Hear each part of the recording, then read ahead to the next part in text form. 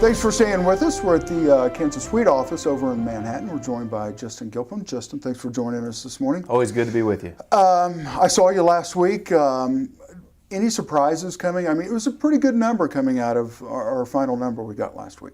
I think probably the biggest surprise, and besides the number, when you look at that tour, going into that tour, all the talk about the drought and stress conditions we were going to see, talking about that with all of the tour participants prior to the tour, and then to actually start the tour off with floods in Manhattan, and then muddy fields throughout the state as we went through, looking at plants you could tell were drought stressed because of the burnt leaves at the bottom of the plant, especially out west, but also kind of standing in that wet topsoil.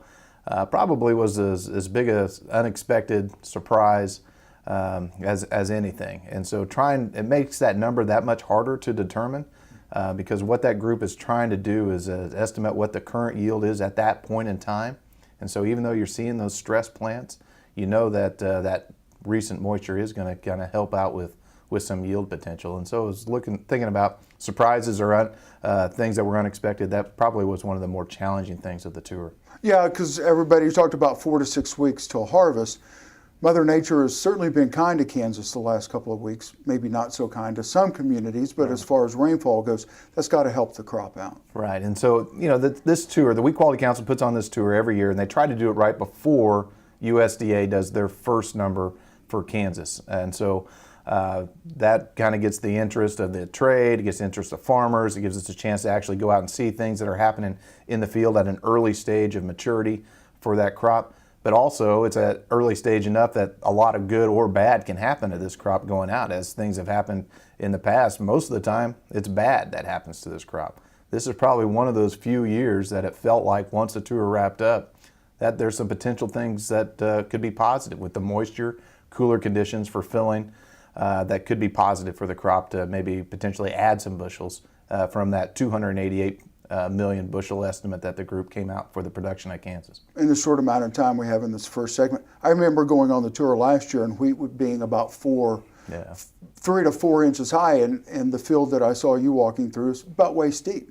Right, and so that we were in the kind of the eastern part of the state where that area of the state that actually has some wheat that looked pretty good, some pretty good potential.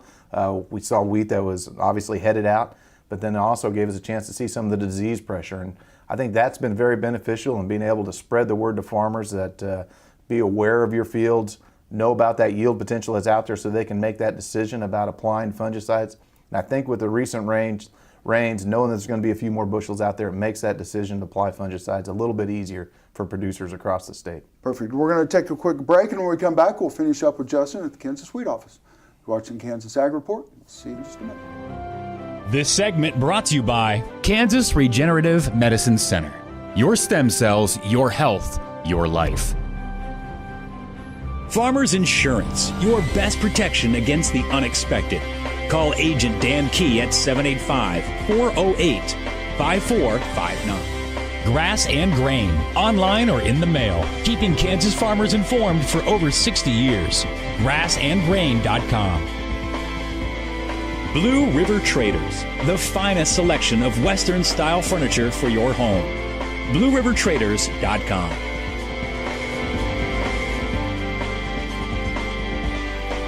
Thanks for staying with us, Justin. Thank you for staying with us.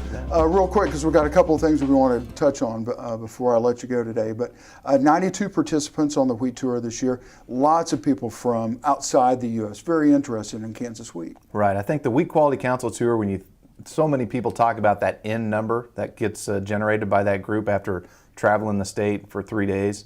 But I think the people who have been on that tour, and I know you've been on that tour, I realize the most significant thing about that is the networking. The opportunity to be with all different segments across the wheat industry, from grain handlers to flour millers to bakers to farmers to advisory services to government officials and to international customers, all participating in that 92 number that you mentioned.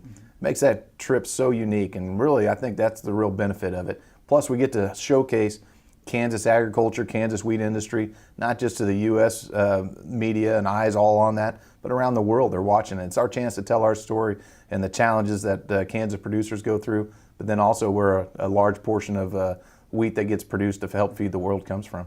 A lot going on as we're coming into harvest and some other things. What's going on at Right Kansas now, Wheat? we got the wheat tour behind us. Now we've got some yield potential out there with some of the recent moisture. We want to remind producers that every year we do the yield contest, and so the 3 different districts across the state, Western Central and Eastern Third, and so as producers get out there and they're scouting their fields, looking at some management decisions, please consider entering the yield contest, and it's a $1,000 prize for each district of winner, and so we encourage you to do that and contact the Kansas Wheat office if you have interest. Can't win if you don't enter. That's for sure. And now that there's a little more moisture out there, I think there's some yield potential out there, so guys are going to have a little more interest in that. And we have Festival of Bread, something we also National need to talk Festival about. of Bread is going to happen right at harvest time this year, and so it's a chance for us to bring national media attention right here to the state to talk about the goodness of grains and the goodness of breads. The National Festival of Bread's right here in Manhattan. It's going to be on Saturday, June 13th.